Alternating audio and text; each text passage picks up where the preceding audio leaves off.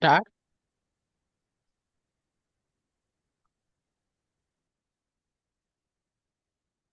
Yes.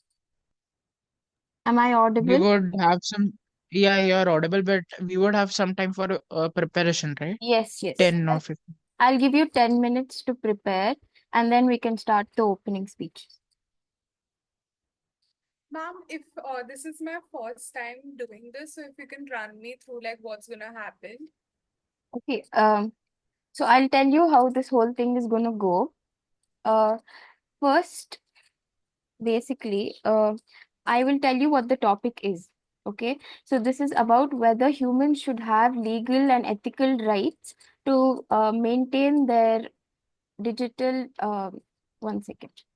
This is basically where we will just debate against each other and we'll just talk about should humans have the right to delete their digital footprints. This is basically whether people should have legal and ethical rights to remove all traces of their online presence.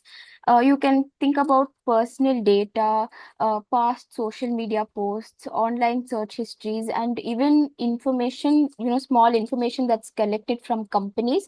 It includes that as well. So we'll be talking about whether control over this data, whether people should have control over this data or why it should remain accessible. Okay, so first I'll give you around 10 minutes to research. You can go for or against the topic. Pranath is going to go for the topic. Okay, but since there are two people here, you can go for or against. I'll judge and I'll tell you some constructive criticism at the end. After that, I'll go for the opening speech.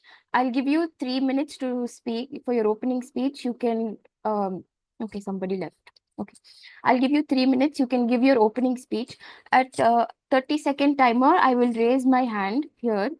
And that will be a 30-second reminder for you that your speech will have to end. So first, the person going for will speak, and then you will speak because you're going against. And then we'll start the rebuttal. So for this also, I'm going to give you 3 minutes time. So you can ask questions or you can go against or defend whatever you're saying during the rebuttal. I will tell you before whatever starting, I'll just give you a little heads up. Then I will give a small amount of time, 5 to 7 minutes for informal debate. You can converse, you can ask questions, and all that will happen. Then any follow-ups will take place. Then at the end, I'll have the closing statements take place. Okay, so you'll just give your closing statement, and then I will give you your feedback. That's it.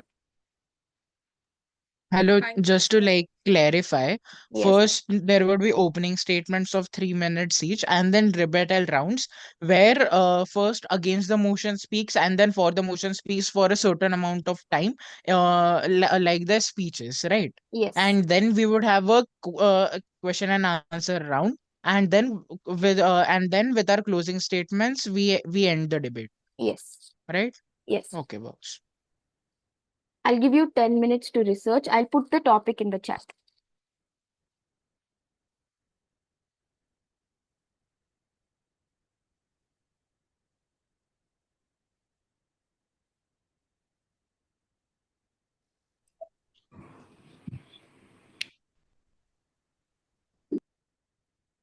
Vivan, will you be going for or against the topic?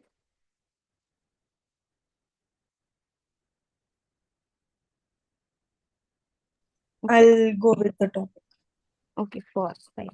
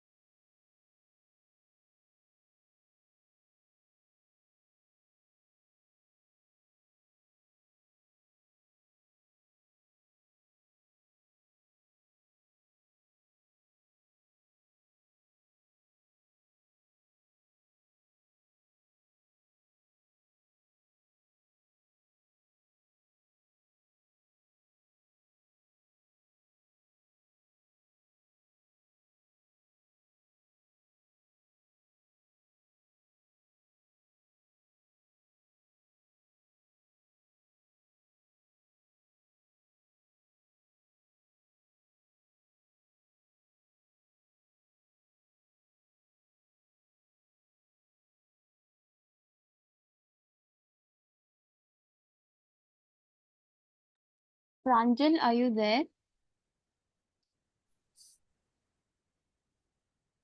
Okay, so the time for research is going on. You can choose whether you're for or against the motion, and you can research. I'll tell you when it starts. Actually, if I've already divided the opposition proposition, then I'd just like to sit back. You would be participating, right?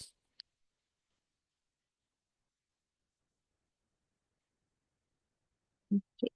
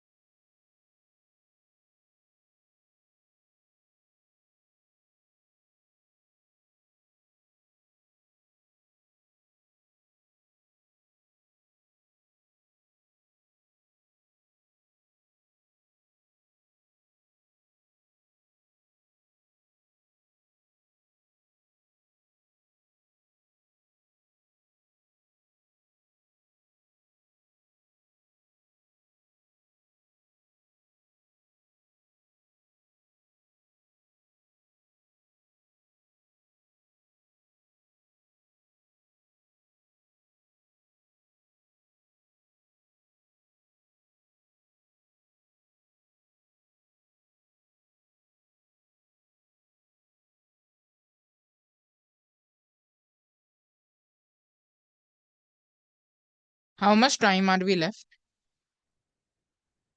We'll start at 8:20 and we'll have about 20 minutes left. Okay, boss.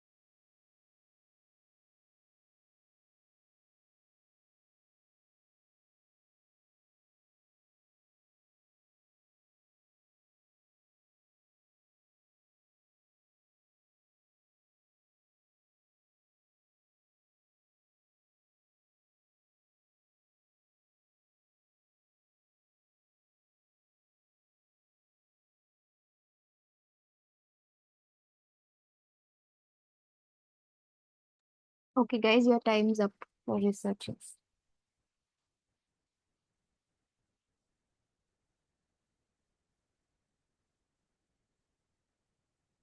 Yeah.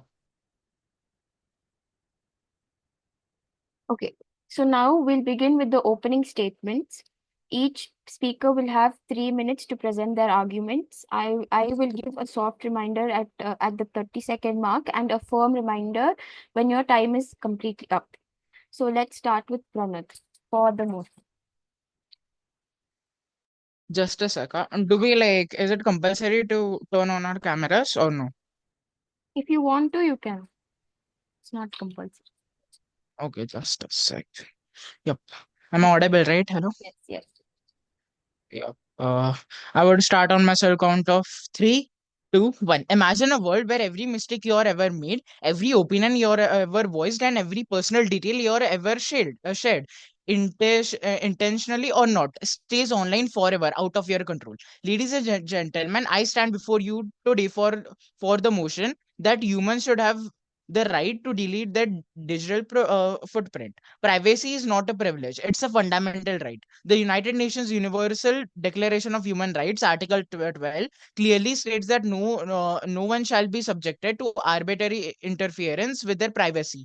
Yet, here we are with corporations and governments hoarding our data like digital vultures, refusing to let people take back control. And to those who argue against this right, let me ask, why should a company have more control over your personal data than you? If the European Union's GDPR grants the right to be forgotten, why should we deny that same protection? Are we saying that billion-dollar corporations deserve more respect than human dignity itself?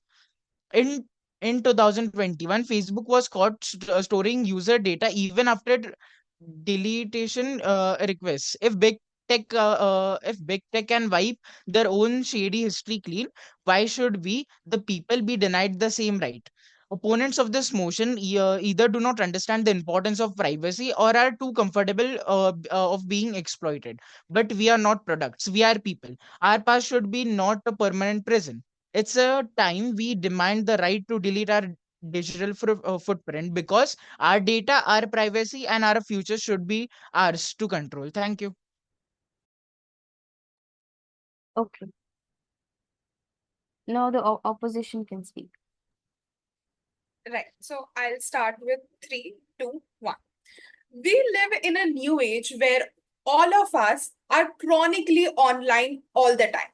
We don't live in real world anymore. We live in social media where everything is available on a click of a finger. So you best believe there would be some cons, there would be some consequences to what you are allowing other people to see. It's not privacy when you yourself, with your consent, post stuff on social media that you don't want other people to see in your future. That is a conscious decision that you have already made and now have come to regret. But guess what? That's not how consequences work. You have to know that your digital footprint is impression of your identity.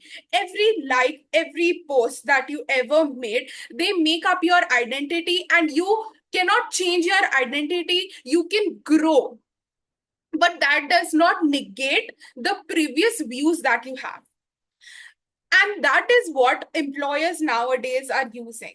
They can simply search up your name and they can come across everything that you have shared, and they have right to know what kind of person they are trying to hire. And you should be aware that whatever you post would be out there for other people to see. And besides that, one of the biggest pros of having a digital footprint is that you are provided with personalized experiences. Let's take an example of Google, where the Google ad sends our digital footprints to serve us appropriate advertisement. It uses our passive digital footprint, but with our permission when we sign up. They mention that in their terms of condition, that they will use our web surfing data to serve us more appropriate advertisement. So if Google had not used our digital footprint, then we would have happened to search content related to job, but we are seeing advertisement of international holiday package, which makes no sense to user, and it will also not be beneficial to any company. So as a conclusion, I would like to say that digital footprint can be used as a good, where you can make good use of it and have a good personality to show and have a good impression, because social media is just not about how you impress other people, but what impact you can make on them. Thank you. Okay, that was really good. Now we'll have the rebuttal round. So in this round, you will have 3 minutes to respond to the points that you made against each other. Okay. We would And have speeches, right? yes, Okay. um, you can also challenge the arguments you've heard now, and you can defend your arguments. So Pranad, you can start. Actually, in rebuttals, against the motion goes first, right? It's okay. Here we're going with the far side first. Okay, never mind. Okay, so I'll start on my cell count of 3, 2, 1. Ladies and gentlemen, my opponents seem to believe that privacy is some kind of optional luxury, not a fundamental right. They argue that deleting one digital footprint is unnecessary, but let's expose the flaws in their thinking. First, they claim that once something online is online, it should stay there for accountability. But let's get real. Are we talking about accountability or permanent punishment?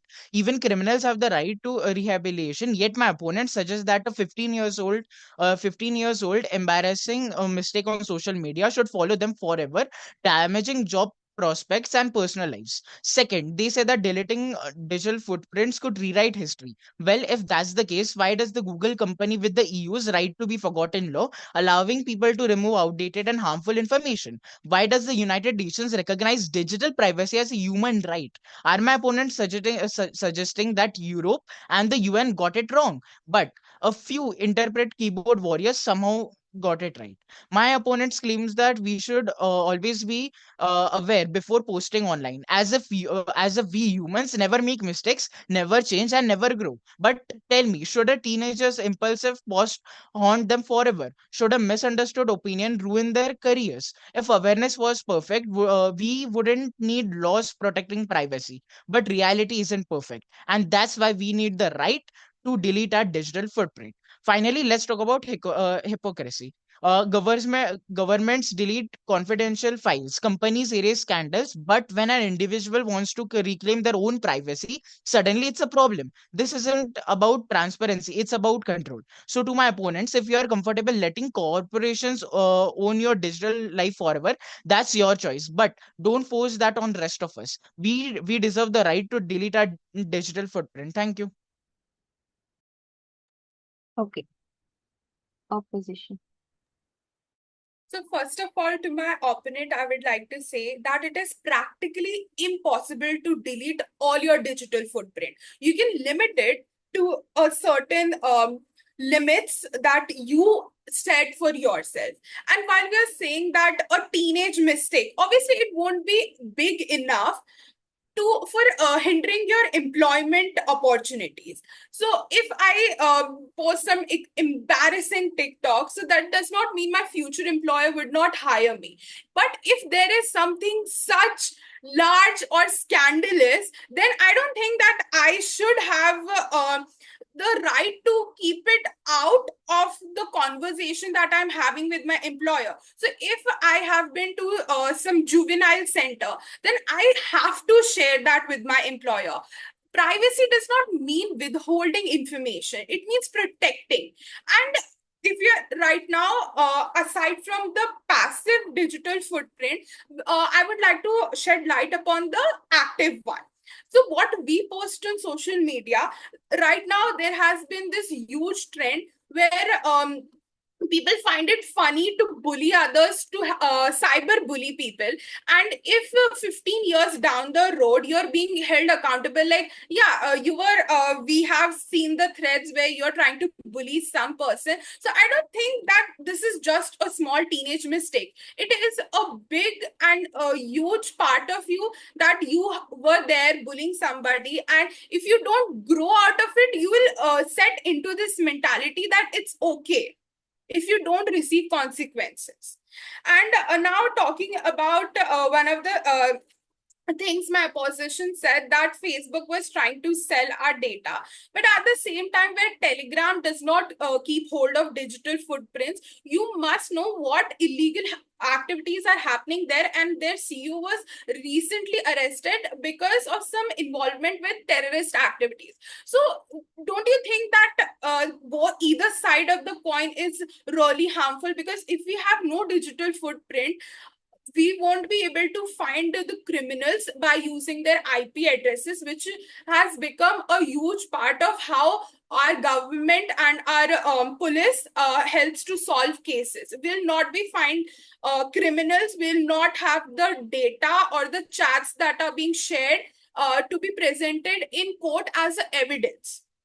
So there are a lot of things about digital footprint that is very positive and very helpful in this day and time.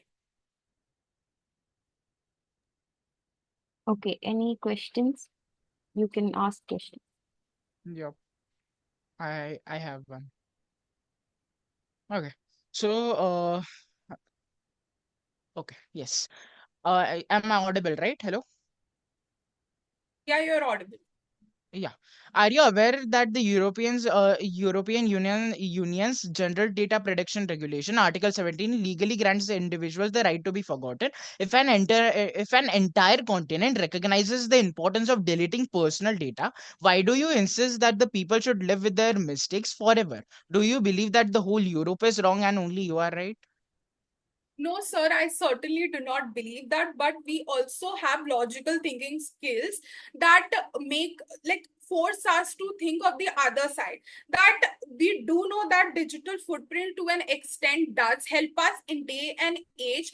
And you have to recognize that if we have the, like, if we are taking the example of free speech, when we have this law that everyone has the right to speak, it also comes with a set of norms that what we should be speaking until where is the free speech allowed. So similarly, I think that's what should happen to digital footprint, because to a certain extent it is helping us. But when we're talking about the passive digital footprint, where it has not been consented, and the big corporation, as you label them, are using for their so-called profit, that is not legal, first of all, and it should not be condemned. Oh, sorry, it should be condemned.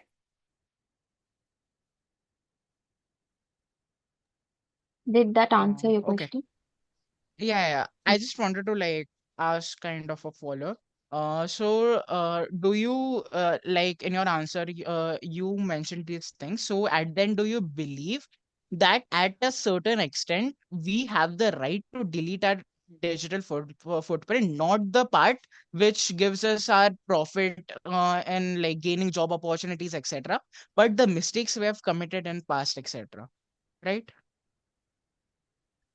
Just to be clear, so you wanted to ask me that if I agree that we should delete the things that we post No, by we have the right to delete that post which is not helping us, and we have the right to keep the post which is helping us, basically. Right? See, what my point of view is that you, first of all, cannot totally delete your digital footprint, because somewhere or the other, some other person, if you by yourself are deleting it, maybe some other person have them saved. So, firstly, you cannot So delete it that's why it is important to delete our own digital footprint, like completely. But that's by the whole means. as you said, it's a real world, but it is not possible, right? You can't possibly know which third party has your information saved. That's not possible. So totally, completely removing your digital print is not possible. It's not practical. But to an extent, I think that it should be limited in the areas where you have not consented to it. But if you have by choice consented to put something out there for the whole world to see, I don't think that it should be removed. Okay. So we have about 6 minutes left. You Can do I want? ask a question? Yes, you can. So I wanted my opposition's view on the Telegram, where when they have completely disregarded the digital footprint and now it's being misused like the platform. So what does he have to say about that?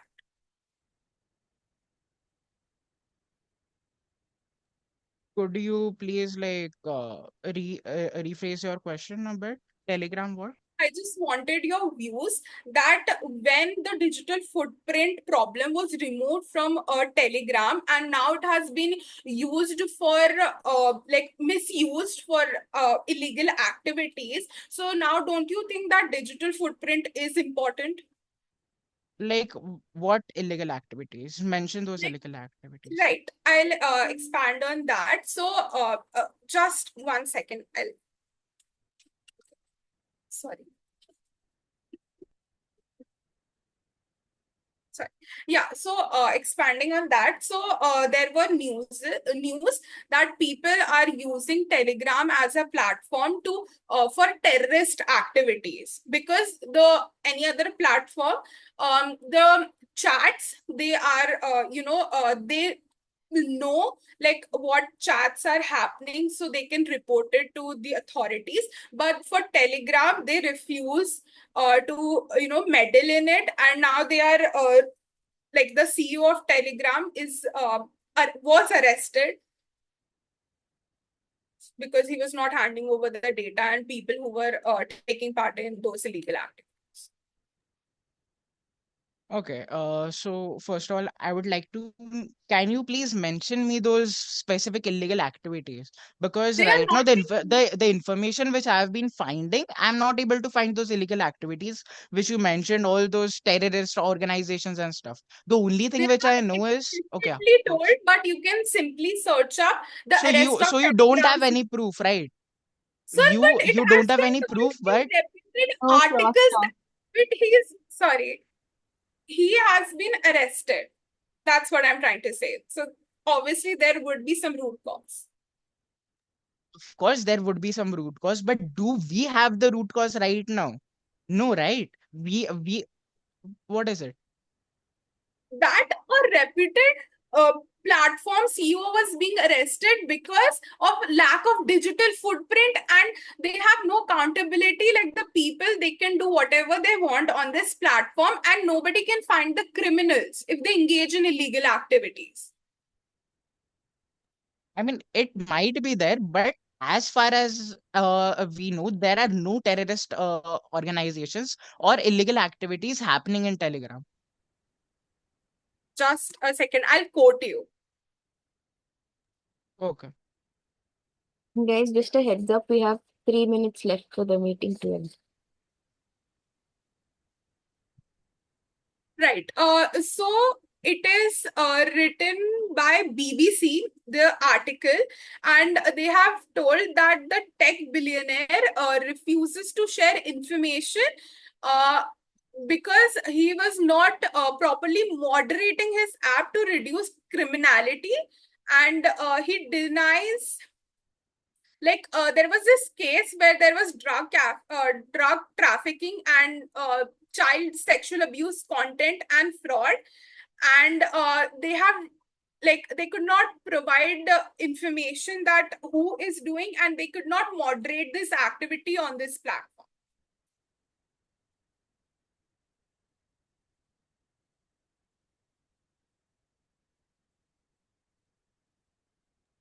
Okay. So, yeah. Durov has consistently developed encryption, stating that compromising it would endanger the privacy of millions. His arrest highlights the tension between privacy rights and law enforcement's demands, not the absence of digital footprint. Okay. So, but he refuses to give your digital footprints to authorities. Why should he give those digital footprints? Because they're Because huh, criminals. They should be held what accountable. proof do you have that there are actually criminals? Right. Do you have any proof Because that it there is are being criminals? stated that there was some Where child are those criminals? of Show Very, very me, trafficking. show me those cropped out. groups, etc. Right. Okay, who's speaking? Okay, We both are done with our questions. Okay. Is everything solved? No. We are left with our closing statements. Okay, there's 1 minute 16 seconds left for the meeting to end because of the time constraint. You can just we can actually skip the closing statements and I'll just like give a little feedback if that's fine. Okay, so first of all, both of you did a very good job. The points were very clear. I like the way both of you debated specifically. But one thing I would say to Kaki is that next time you're saying something, right, just have the proof ready because they can always ask you where the proof is, and sometimes getting the evidence will take some time. And I know it's your first time, but you spoke very well for your first time. And Pranad, you spoke very well too. All your arguments, it was well structured. It was really good. But yeah, he had more evidence. So I would say in this debate that he won. I'm sorry for the time constraint because